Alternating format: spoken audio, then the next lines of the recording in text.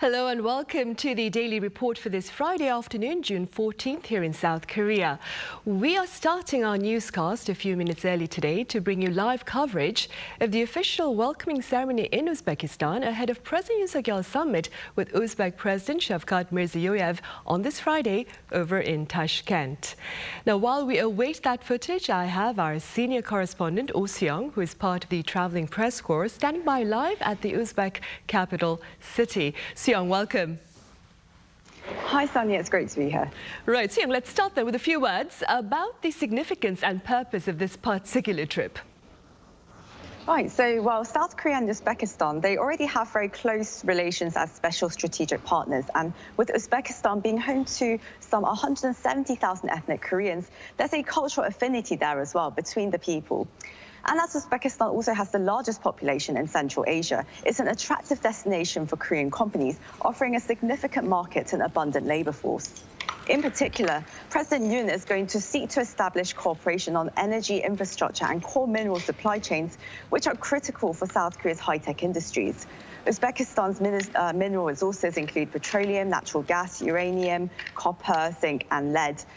And during his trip, President Yoon will also aim to support Korean companies in securing energy and infrastructure projects and also make inroads into other key industries as well. So far, Korea-Uzbekistan relations have made remarkable progress centered on the energy and infrastructure fields. And today, cooperation is expanding to more diverse fields such as supply chains, healthcare, climate change, education and public administration. Marking 5 years of their special strategic partnership forged in 2019, President Yoon says he hopes to make the bilateral relationship more mutually beneficial and also more focused on future-oriented areas, with collaborations between young Koreans and Uzbek innovators especially, as well as seeing greater cooperation in cutting-edge fields such as AI semiconductors. Right. Now, Seong, I believe President Yoon landed in Tashkent yesterday. That was Thursday. Do tell us a bit about his agenda yesterday and his broader plans for today. Sure. So upon arrival in Tashkent, the President and First Lady Kim visited the Independence Monument located in the heart of the capital in what's called the Square of Martyrs, built to commemorate victims of Tsarist and Soviet colonialism during the 20th century. President Yoon then held a discussion with young innovators from South Korea and Uzbekistan at a startup center that was established with support from the South Korean government. Then Yoon and First Lady Kim, they attended a dinner with Korean nationals. Now, as you said, the official schedule is going to begin on Friday morning with the welcoming ceremony. And that's going to be followed, of course, by a summit with the Uzbek president. The two leaders are then going to hold a MOU signing ceremony after their summit talks, as well as a joint press conference to outline the results of their bilateral talks. Now, following all of this, President Yoon is going to deliver a keynote speech at a KOREA-UZBEKISTAN business forum, where he will be, of course, backing South Korean companies' entry into the local market here. The official schedule today is going to conclude with a state banquet hosted by the Uzbek president and his wife. And on the final day of the visit on Saturday, the President and First Lady Kim will visit the historic city of Samarkand, a UNESCO World Heritage Site, before returning to Korea that very afternoon. I see. All right, Seong, thank you for the latest as of now, and do keep us posted. Right, we are still waiting for live feed of the opening ceremony to welcome President Yoon ahead of his summit with Uzbek President Shavkat Mirziyoyev on this Friday in Tashkent. Up next, I have our top office correspondent Kim Do-yeon with some background details about this upcoming event. Do-yeon, welcome. Good to be here. Right, so while we wait, Do-yeon, do walk us through the formalities of the planned ceremony today. Well, it's nothing new for us to watch one of these opening or welcoming ceremonies at the top offices around the world. Now, for Uzbekistan, it's going to be at Kuksaroy Presidential Palace, which in English means Blue Palace. From what we saw 5 years ago, because former President Moon Jae-in also was there for a state visit, we saw military review, the two nations' national anthem, and there was a march by the honor guards. They're very disciplined and not a sight that you can see often. I would say they will also be introduced to the delegations that's going to be at the summit. So each president will go and greet the other delegations. one thing that we are told so far is that First Lady Kim Gun-hee won't be there. So usually she attends one of these, but we might not be able to see her this time around. Yeah. Right, I see.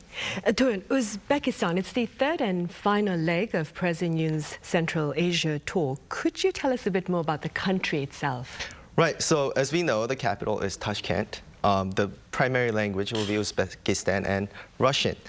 The population is around 36 million, so a little less than South Korea, but that's the largest population among the Central Asian countries, so that's something to note, and it's 90% Islamic population. Of course, as Soo-young mentioned, it's rich in natural resources, something that South Korea has been trying to gain even more cooperation with. Right. Doyon, it's been over 30 years, I believe, since South Korea and Uzbekistan established diplomatic relations. Let's talk a bit about the history of bilateral ties and its perhaps advancements over the past recent years. Right. So the first diplomatic establishment was in 1992. That's a year after the fall of USSR. So that was a very quick move by South Korean diplomacy to establish a diplomatic channel. Now, exchange of state visits by two countries has been quite often, and you don't see a state visit from a current president when the predecessor was there for a state visit, right? So the bilateral relations overall has been solid and a lot of cooperation. And to point some of the numbers out, the trade volume between the two countries was it's around 2.5 billion US dollars in 2023. Special strategic partnership was forged in 2019, as Soo-young mentioned. And we have to keep in mind that only 4 countries in the world South Korea has special strategic partnership with, and that's India, Indonesia, and UAE. So all countries with a lot of potential for cooperation.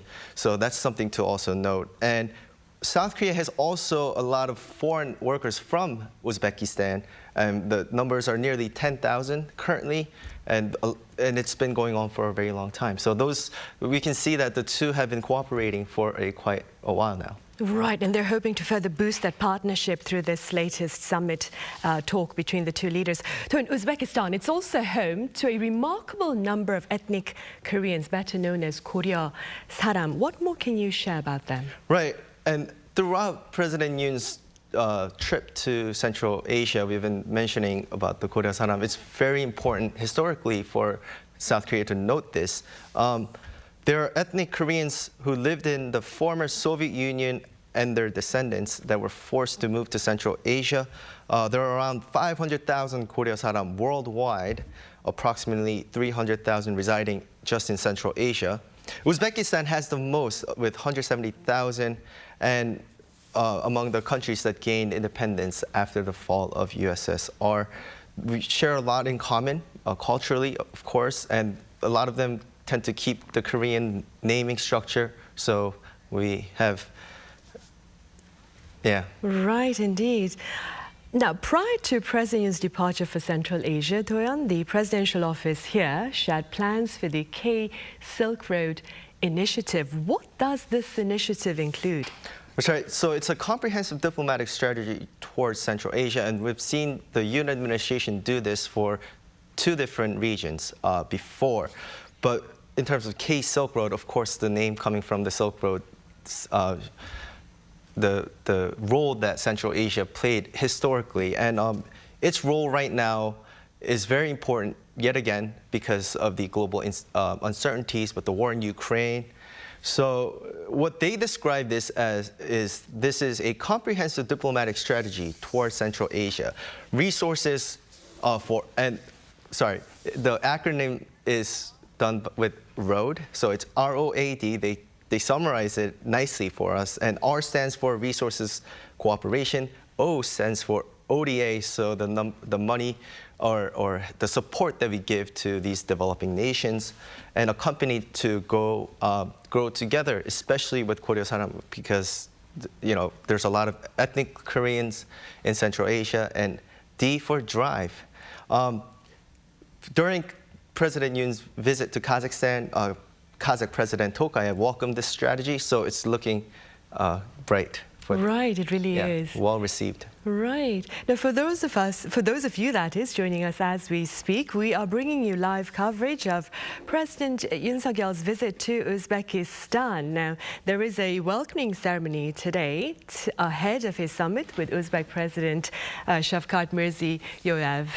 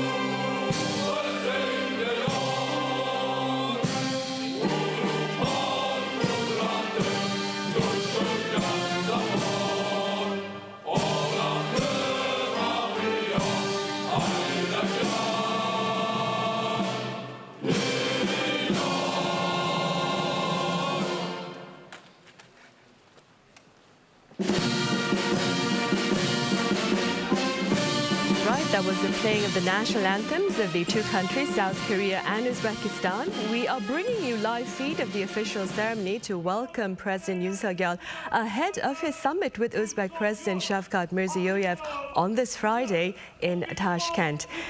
Now, here in the studio, as we bring you this live coverage, I have our top office correspondent Kim Do-yeon to share a few words about the significance of this latest state visit by President Yoon to Uzbekistan. So, Do-yeon, what can you tell us about the significance and also, of course, the purpose of this latest trip to Uzbekistan? Right. Countries in Central Asia are rich in natural resources, and South Korea wants to expand its cooperation for some of the materials that the nation needs to export the produced goods. Uzbekistan is a very attractive market for South Korea, also being the most populated country in Central Asia. Strong labor force for Korean companies to build plants there, especially auto sector. And just to note some of the Uzbekistan's mineral resources list, it would be petroleum, natural gas, uranium, copper, zinc, and lead. So President Yoon also aims to support Korean companies in securing energy infrastructure projects, so building plants and infrastructure as roads and bridges, all possibility for South Korean companies who also already have a successful track records in the country. And they're hoping to further expand that partnership between the two countries, of course. Now, President Yoon is greeting the Uzbek delegation as we speak. Toyon, President Yoon landed in Tashkent, I believe, on Thursday. What was his agenda yesterday?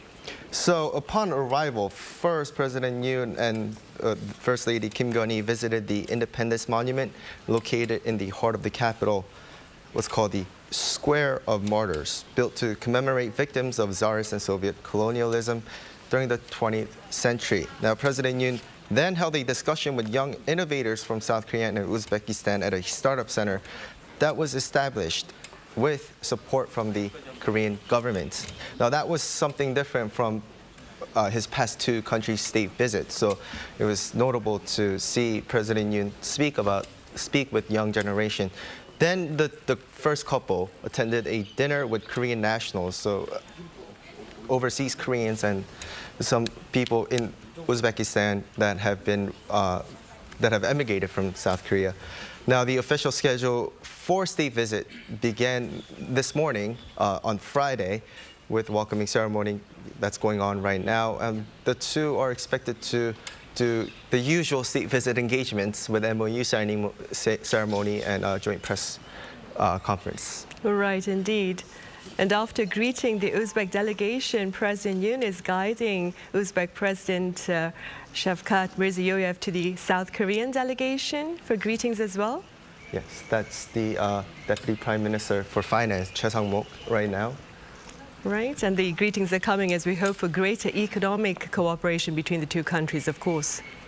And speaking about that, Toyon, we were speaking about this earlier on. The two countries established diplomatic relations, I believe, some more than 30 years ago. Mm-hmm. How have ties developed since then? That's right. We can't stress this enough, but the two countries are now special strategic partnership, which was forged back in 2019. And as I have said before, it's only one of the 4 countries in the world that South Korea has the diplomatic level of ties with. The first establishment of diplomatic ties exchanges came in 1992, a year after the fall of USSR. Currently, back in 2023, actually, the trade volume hit $2.5 billion US. And Uzbekistan is actually the 3rd largest receiver of South Korea's official development assistance. So the cooperation between the two countries have been very good to be right, to be clear, of course. And Uzbekistan itself, Toyon, it's the 3rd and final destination of President Yoon's Central Asia tour. Mm-hmm. Could you tell us a bit about the country, Uzbekistan? Right. The population is around 35.9 million. That's about 15 million less than South Korea. But as I said, it's the largest population in Central Asia. 90% of that population is to be Islamic in terms of religion. And the country has also the most Koreo saram, as mentioned, among the Central Asian countries. So ethnically, South Korea has close ties and historically, of course, share very similar. Right, you were saying 170,000 ethnic Koreans living in Uzbekistan. Well, this is the opening ceremony, the official opening welcoming ceremony as well, to welcome President Yoon Suk-yeol to Uzbekistan ahead of his summit talks with Uzbek President, of course. Toyon, what's on the agenda, very briefly speaking, for today's summit talks between the two leaders? The two leaders will go in for a summit now.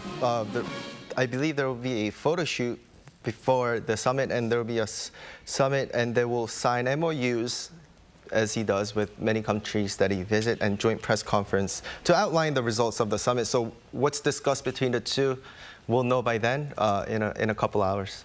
Right, I see. Well, do keep us posted then. Right, Toyon, thank you for the insights. And that was the opening ceremony to mark President Yoon Suk-yeol's visit to Uzbekistan ahead of his summit with Uzbek President Shavkat Mirziyoyev.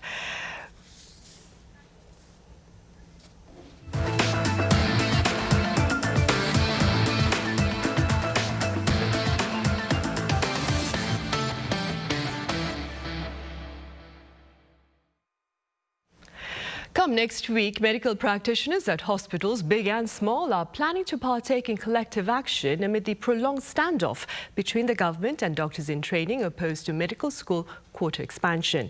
Now, against this backdrop, government authorities have vowed to respond firmly to actions that place the lives of patients at risk. Our Moon Hye-ryan has the latest. South Korea's government has vowed to take a strong stance against no-show medical professionals, as doctors and medical school professors are due to take collective action starting next week.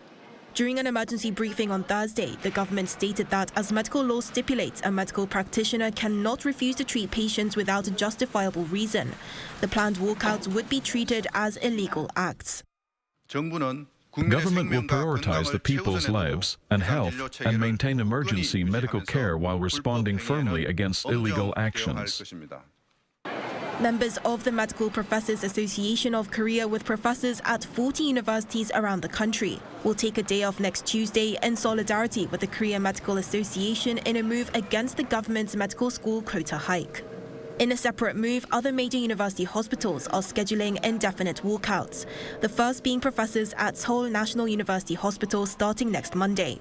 They attempted to ease the public's concerns by stating that only scheduled appointments and surgeries would be affected, and emergency treatment and the intensive care unit would be supplemented with additional staff. The Emergency Response Committee for Medical Professors at SNU is due to hold a press conference on Friday afternoon to explain its stance further. On the day of mass walkouts, the government plans to note which medical institutions are participating in collective action and will issue an administrative order to return to work if leaves of absence surpass 30% in each city. With little time left until the day of action, the KMA said it could reconsider if the government changes its stance and requested talks with the KMA as a representative of the medical body. The statement has been met with backlash from other doctors' groups, such as the one for junior doctors, with its head declaring on his personal Facebook page that the KMA does not represent them. Meanwhile, groups representing patients' rights responded to the news with a demand to withdraw collective action plans that threaten the lives and welfare of patients. Moon Hye-ryan, Arirang News. The Korea Economic Research Institute has raised its growth projection for the local economy this year to 2.4% from an earlier forecast of 2%. Analysts there are linking the improved outlook to strong performance on the export front as semiconductor shipments surge on the back of greater AI demand. On a more cautious note, they believe recovery in domestic demand will depend on the future direction of forex markets. Meanwhile, Seoul's finance ministry says Korea's consumer prices appear to be cooling, and this reality is propping up domestic demand. Our Park Gun-woo covers the latest data. South Korea's economy is slowly picking up its pace. Data from the latest economic green book from the finance ministry on Friday showed that as inflation slows down and the manufacturing sector sees positive signs, domestic demand is growing. For the month of May, inflation was 2.7% on year. This is down from 2.9% in April. In particular, the prices for agricultural goods have stabilized as supply improved with better weather conditions compared to the year before. Unlike in the previous month, which had a slight slowdown in inflation with a curved flow, for this month, we can say that inflation has indeed slowed down. Production and construction investment also showed positive signs. Overall industrial production for April saw an increase of 3.1% compared to the year before. It's notable that all three major sectors that make up overall production, which are mining and manufacturing, construction, and services, saw a rise. Construction investment went up with increased building permit areas compared to last year, allowing for more construction orders, yet infrastructure investment fell. Strong exports and an increase in tourists, especially those from China, also pulled up the economy. Exports for May were up by 11.7% on the back of strong IT exports, such as semiconductors, as well as strong auto exports. However, despite an increase in tourists, retail sales saw a slight drop with a decrease in the number of cars sold domestically. The government has placed its priority on stabilizing people's livelihoods by increasing the management of potential risks and focusing on policies to boost the economy. Park Gun-woo, Arirang News. An annual event offering a broad platform for promising Asian startups is underway here in Seoul, and Korea's content startups are garnering much attention. Our business correspondent Lee Soo-jin was there. It's an opportunity for local startups to rise and take off into the global market. Here at this year's NextRise, the largest startup fair in Asia, which is being held in Seoul for 2 days starting Thursday, startups have the chance to not only network but also showcase their latest products and services. Startups are becoming a new growth engine for our economy, so our government is planning to do all that we can to support them. The annual event, which has taken place since 2019, features more than 500 domestic and global startups this year. And the largest booth at the event was one run by the Korea Creative Content Agency, a government organization affiliated with the Ministry of Culture that oversees the promotion of local content, one of the nation's most promising export sectors. One of the featured startups is this domestic startup that breaks down language barriers by translating content using AI and converting them into audio dubbed files in English, Chinese, and Japanese. We help make content from domestic companies such as SM Entertainment reach global fans, and at the same time help content from overseas companies reach the domestic audience. Another local startup that is using advanced technology to promote various media content is this data analysis business. One of its services provides in-depth marketing insights by analyzing the sensory responses of audience members with an IoT-based headband as they watch a certain scene. Depending on how the viewer responds to the scene, production companies may decide to cut or keep it. There is also a large demand overseas for services that can analyze the weak and strong points of various media content. And since ours is the first that's able to analyze viewers' biosignals, we expect to see robust global demand.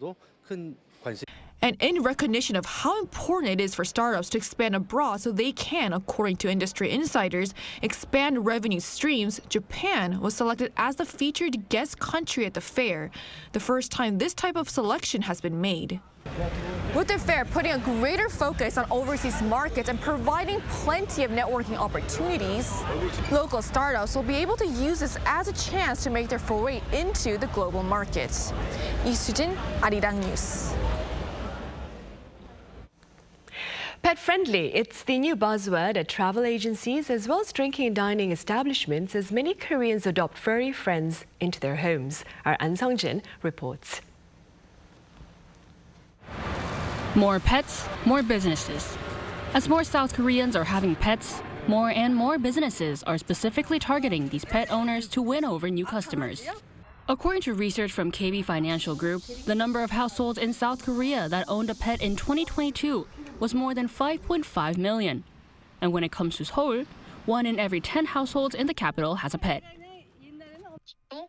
The number of single households increases, and we are entering an aging society, which also increases the likelihood of owning pets. With the rising number of pets, the hospitality and tourism industries are trying to meet the demands of this increase in pet owners. For example, the Pepemjok in Korean, which literally translates to pet family tribe, has been a slogan driving business decisions.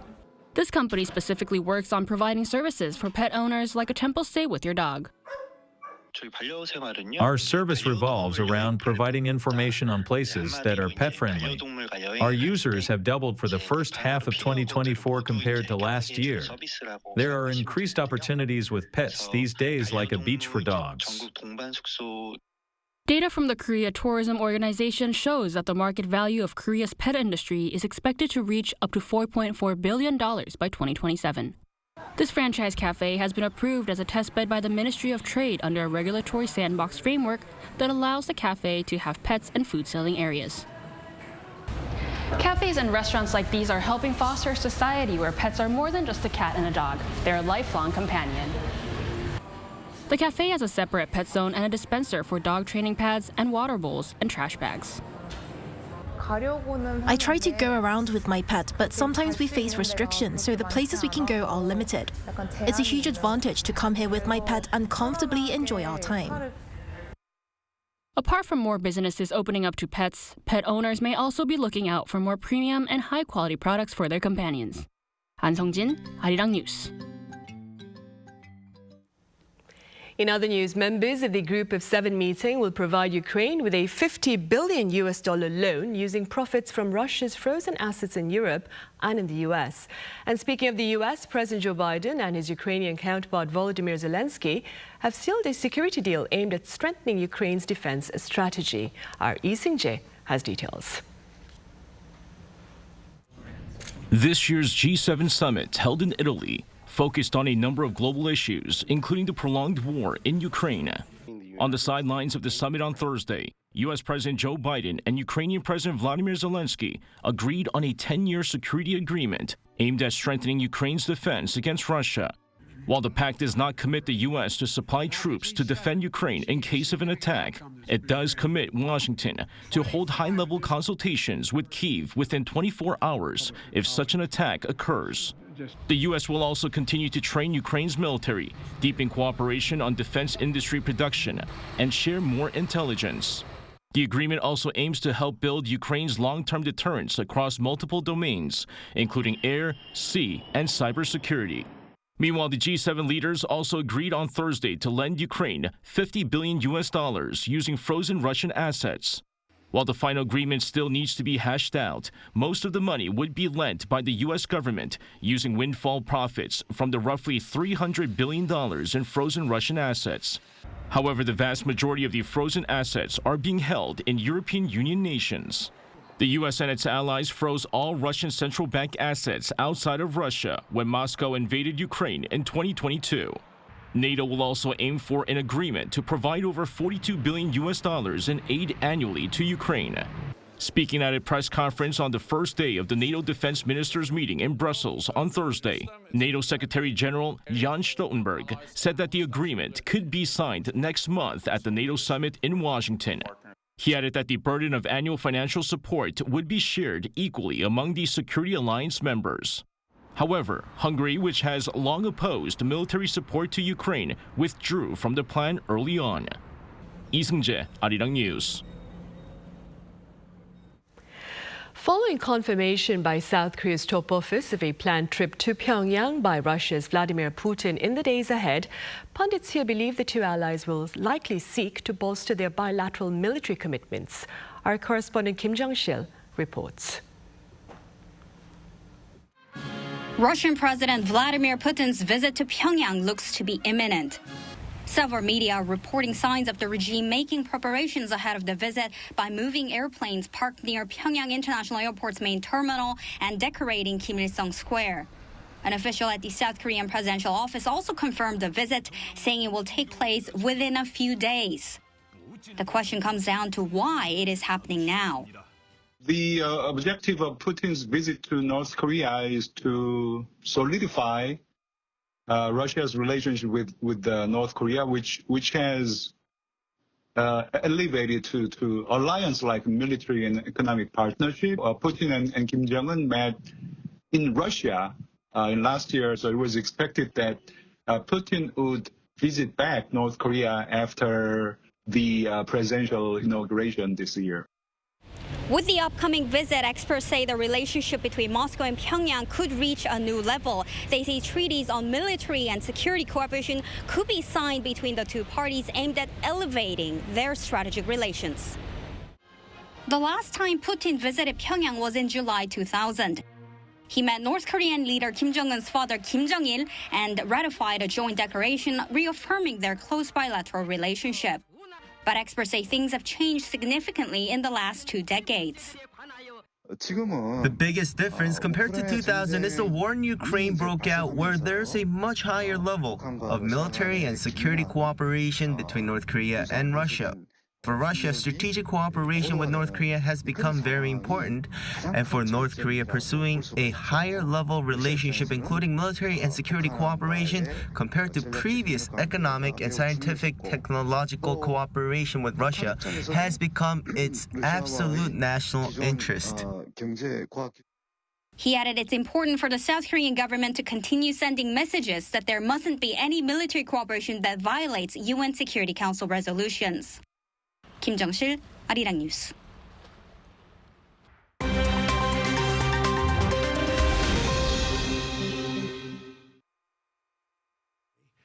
Let's take a look at the latest news in the world now. Former U.S. President Donald Trump returned to Capitol Hill on Thursday for the first time since the January 6th riot of 2021. Trump gathered the full House of Republican lawmakers, where he delivered freewheeling remarks. As you know, with the full House, Republican House today, and we had a tremendous meeting with them also, and there's great unity, and there's one thing in common: we want to make America great again. We want to make our country great again. We're a nation that's in decline. We're a declining nation. We're a nation that is being laughed at all over the world. We have a leader that's being laughed at all over the world. Trump spent about an hour delivering remarks on topics including Russia, immigration and abortion, as well as stressing unity among Republicans and promising to work out differences within the party. Senate Minority Leader Mitch McConnell, a known critic of Donald Trump, called the visit really positive, adding that he got a lot of standing ovations. Former Democratic House Speaker Nancy Pelosi, on the other hand, released a statement saying that Trump was returning to the scene of the crime. Tesla shareholders on Thursday reapproved the pay package worth around $50 billion for the company's CEO Elon Musk, a compensation package previously thrown out by a Delaware judge earlier this year. Shareholders voted on two measures: Musk's pay package from 2018, which allows him to buy 303 million Tesla shares at a hugely reduced price, and the transfer of the electronic car company's incorporation state from Delaware to Texas. Tesla did not disclose the exact vote results, but Elon Musk posted on his social media X overnight that he had the support needed to pass the measures. The Tesla CEO won't receive the all-stock compensation package immediately. The pay package will likely remain tied up in the Delaware court for an extended period of time as Tesla appeals the court's rejection. U.S. transgender swimmer Leah Thomas lost an appeal against World Aquatics at the Court of Arbitration for Sport on Wednesday, challenging its policy barring transgender athletes from women's competition. 25-year-old Thomas became the first transgender NCAA champion in Division I history, but was later barred from elite-level competition because of a World Aquatics policy that says only transgender athletes who complete transition before the age of 12 are allowed to compete. Thomas will now be ineligible for women's trials for this summer's Paris Olympics.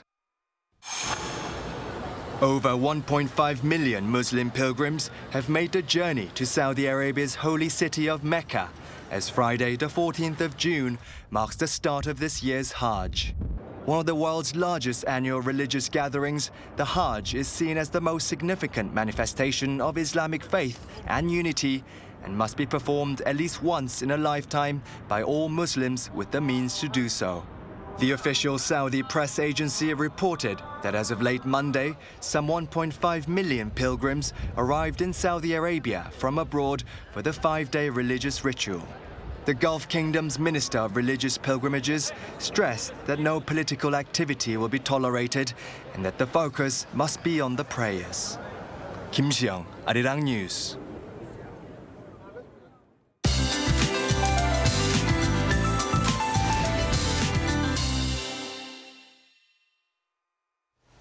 Good afternoon. The sweltering heat wave continues today with record-breaking warmth in store for the capital area. And it seems people are more exhausted and stressed from the heat nowadays, knowing it's only mid-June and it will only get hotter through August. So it's vital to be aware of the signs and symptoms with heat-related issues. Drink more water than caffeinated drinks and stay in an air-conditioned area during the hottest parts of the day. And this afternoon, Seoul and Chuncheon will go up to 33 degrees Celsius. Daejeon, Daegu, Gyeongju will see a high of 34 degrees with very high UV rays nationwide, with a chance of passing rain in southern inland regions. Speaking of rain, the capital and Gangwon-do province and Jeju could see 5 to 20 millimeters of showers tomorrow, while southern parts of Korea could see passing rain. And that rain will bring much needed heat relief to the upper regions, but not so much to the southern provinces. Then temperatures continue to stay above norms next week. With that in mind, let's take a look at the international weather conditions.